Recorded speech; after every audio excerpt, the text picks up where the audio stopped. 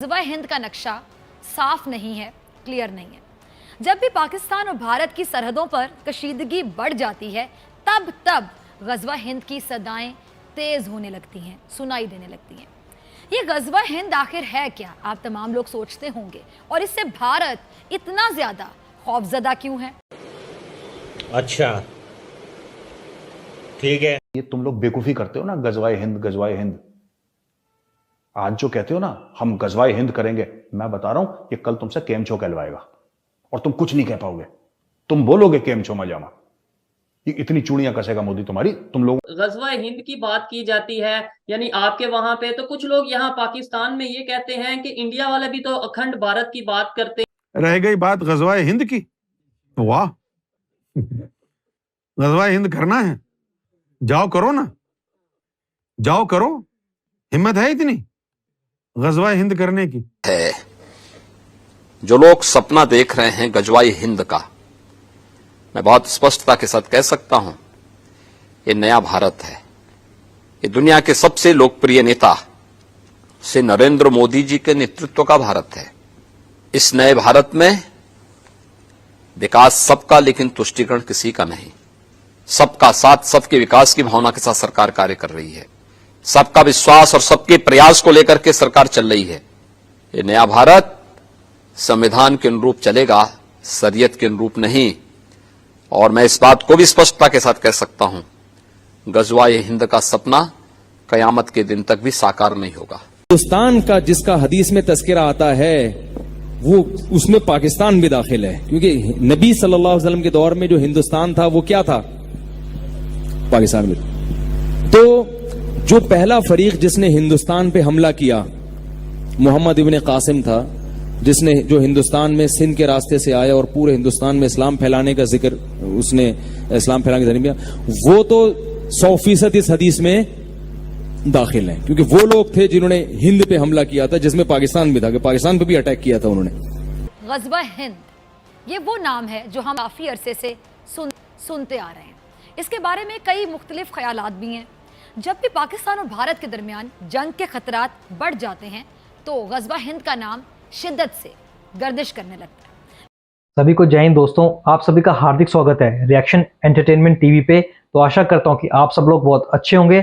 हम जैसे जानते हैं कि भारत और पाकिस्तान का बंटवारा हुआ था टू नेशन थ्योरी को लेकर, जहां पे पाकिस्तानियों ने यह कहकर हमसे अलग हुए थे कि हिंदू और मुसलमान जो है वो साथ नहीं रह सकते, और उसी दिन से पाकिस्तानियों ने ग़ज़वा हिंद के सपने देखने शुरू कर दिए थे और ग़ज़वा हिंद का फितूर उनके दिमाग में चढ़ा हुआ था।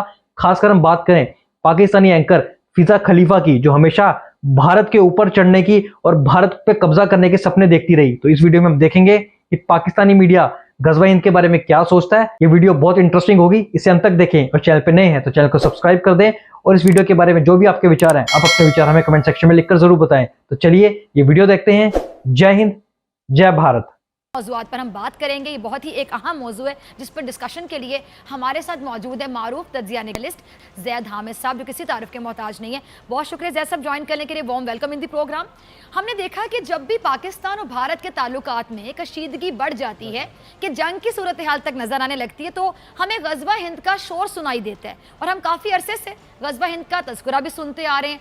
ये ग़ज़वा हिंद ज़ैद साहब आखिर है क्या, और इससे मुताल्लिक मैं चाहूंगी कि अहादीस में क्या फरमाया गया, आप प्लीज वो भी बताइएगा।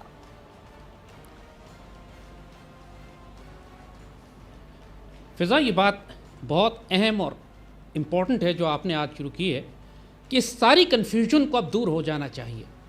हम बिल्कुल वाज़े और साफ बता दें कि सैयदी रसूलुल्लाह सल्लल्लाहु अलैहि वसल्लम की अहादीस मुबारका के मुताबिक हिंदुस्तान के मुशरिकों से होने वाली हर जंग ग़ज़वा हिंद में शामिल है।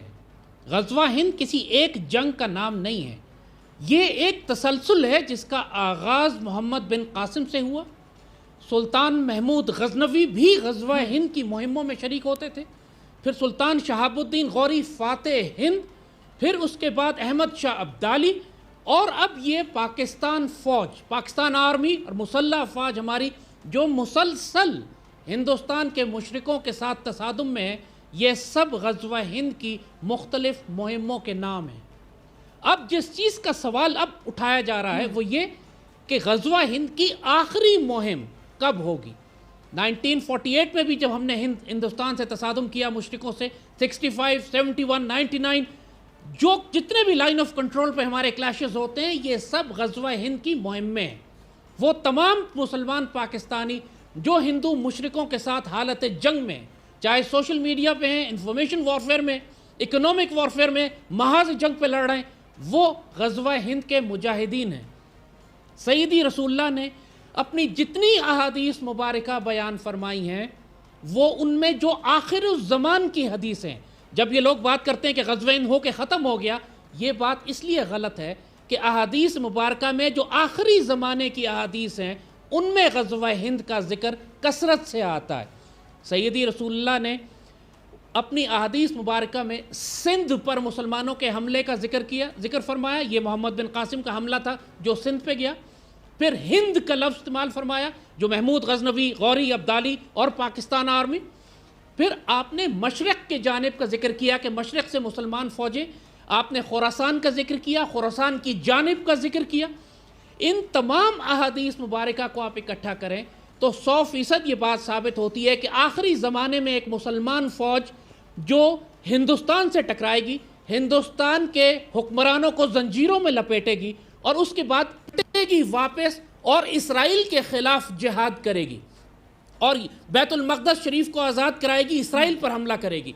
अब ये इससे पहले कभी नहीं हुआ है, मोहम्मद बिन कासिम की हो, गजनवी, गौरी अब्दाली, लेकिन कभी भी कोई मुसलमान फ़ौज ऐसी नहीं उठी कि जो हिंद के तसादुम के बाद शाम और फ़लस्तीन जाकर वहाँ उनको आज़ाद कराएगी। मसला इनका ये है कि जब इन्होंने आर्टिकल 370 वायलेट किया कश्मीर में, वो ये समझ रहे थे कि उस वक्त पाकिस्तान कोई ना कोई जंगी कार्रवाई करेगा, शायद एक लिमिटेड वॉर करे मकबूजा कश्मीर में।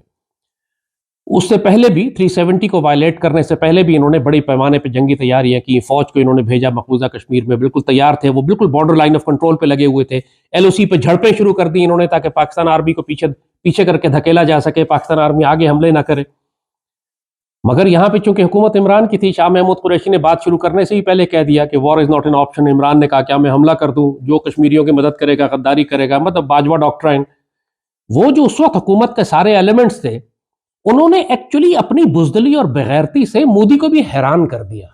वो इंडियंस एक्सपेक्ट ही नहीं कर रहे थे कि इतनी बेगैरती, इतनी बेशर्मी यहां दिखाई जाएगी कि पूरा कश्मीर 1 करोड़ पाकिस्तानियों को यूनिलैटरली इन्होंने सारे मुआहदे खत्म करके गसब कर लिया और पाकिस्तान ने सिर्फ सड़क का नाम बदला। मतलब अनबिलीवेबल। इससे ये तारीख में लिखी जाएगी। अखंड भारत मेरे ख्याल से यूनिटी को का एक सिंबल है, जो मेरे ख्याल से सिंबल तो अखंड तो अभी भी है ना, अखंड भारत तो अभी भी है। आप दूसरे देश के हैं, ठीक है, आप जरा ईरान के किसी एक आदमी को बोलिए कि आपसे बात करें, रैंडम, वो आपसे बात कर लेगा। ईरानी किसी को बुलाइए, वो तो फारसी बोलेगा और आप उर्दू बोलेंगे। जरा चीनी को बुला लीजिए, बोलिए कि भैया आ जाओ, हमारे बेस्ट दोस्तों, जरा हमारे यूट्यूब पे आकर के जरा कुछ बोल के जाओ ना। आप समझेंगे ना वो समझेंगे। हम आपको क्यों समझे? कल्चर क्या होता है?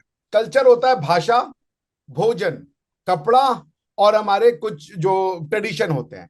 आपकी भाषा क्या है, जिसको आप उर्दू कह रहे हो, बेसिकली उसमें 70 से 80% जो वर्ड्स हैं वो संस्कृत के हैं। ये आपके भी स्कॉलर मानते हैं, हम लोग भी जानते हैं। तो हमारी आपकी भाषा एक है, आप उसको नाम अलग दे दो। जैसे आप उर्दू, अभी आपने जो मुझे मैसेज किए थे वो लिखा उर्दू था और स्क्रिप्ट यूज की थी रोमन। आपने रोमन यूज में लिखा ना, अभिषेक भाई आप कैसे हैं, AAP, ये तो आप अलिफ बेते से नहीं यूज किए, ना का यूज किए, आप यूज किए रोमन स्क्रिप्ट और लिखे उर्दू, और हम उसको समझ गए। क्योंकि आप देखिए, मजे की बात देखिए, आप रोमन स्क्रिप्ट लिख करके उर्दू लिखे और हम रोमन स्क्रिप्ट पढ़ के हिंदी समझे। जबरदस्त। आप समझ रहे हैं, आपने मैसेज उर्दू में भेजा और हमने उसको हिंदी में समझा। पहले अपने हालात दुरुस्त कर लो भाई। तुम्हारी बातों से लग रहा है कि तुम झगड़ालू आदमी हो, चैन नहीं है तुमको, बस सिर्फ ये शौक है कि मारो पकड़ के, इसको गर्दन उड़ाओ, उसकी गर्दन उड़ाओ। फिर क्या होगा? फिर अल्लाह खुश हो जाएगा।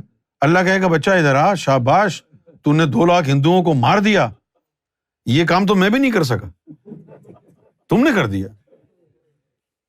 इन बातों में कुछ नहीं रखा, फजूल की बातें हैं ये।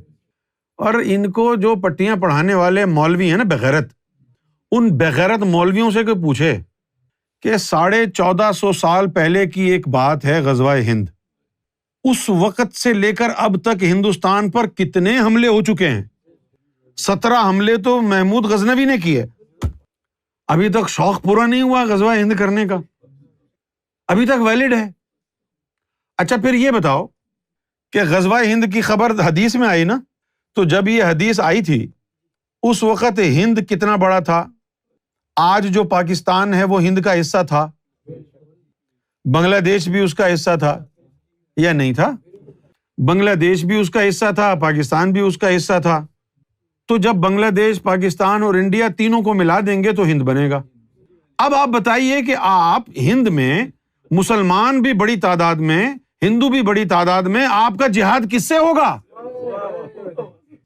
भाई बांग्लादेश और इंडिया को, पाकिस्तान को मिला दें तो कम से कम इंडिया में ही कमोबेश 30 करोड़ मुसलमान, 24 करोड़ पाकिस्तान में, 28 करोड़ बांग्लादेश में। अबे 80-90 करोड़ तो ये मुसलमान हो गए, तो हिंदू भी इतने ही होंगे, इतने ही मुसलमान, इतने ही हिंदू। अब हमला कौन करेगा और किस पे करेगा? अभी तक पूरा ही नहीं हुआ ख्वाब आपका गज़वा हिंद का। भाई एक आदमी ने 17 मरतबा हमला कर दिया, फिर भी गज़वा हिंद अभी पता नहीं कितने लोगों ने किया।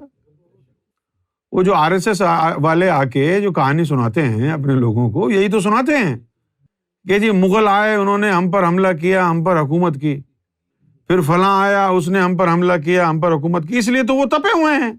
इन्हीं बातों को तो उनको बार बार याद दिलाया जा रहा है, इन्हीं बातों को याद कर करके तो उनको कहा जा रहा है कि भाई तुम ट्रेनिंग करो, तुम सिपाही बनो। इन्हीं चीजों की वजह से तो वो मजबूत हो गए ना, या नहीं हुए? और आप फिर वही बातें कर रहे हैं कि हम लड़ेंगे, हम गज़वा हिंद करेंगे। कद्दू करोगे तुम, सिर्फ उन लोगों को मजीद भड़का रहे हो ताकि जो कुछ भी वो कर रहे हैं तुम्हारी बातें सुन के कहें देखा, हमको तैयारी की जरूरत है, हमको मुनज़्ज़म यूनाइट होने की जरूरत है।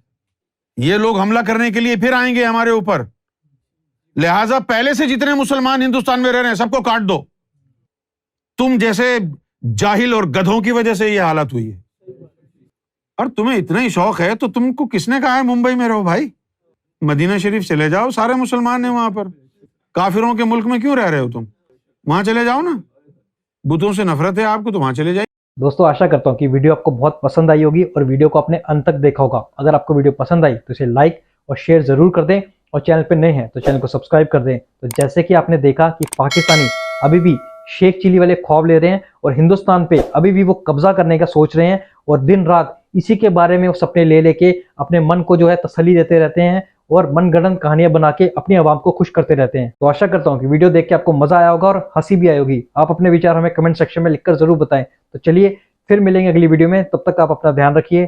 जय हिंद, जय भारत।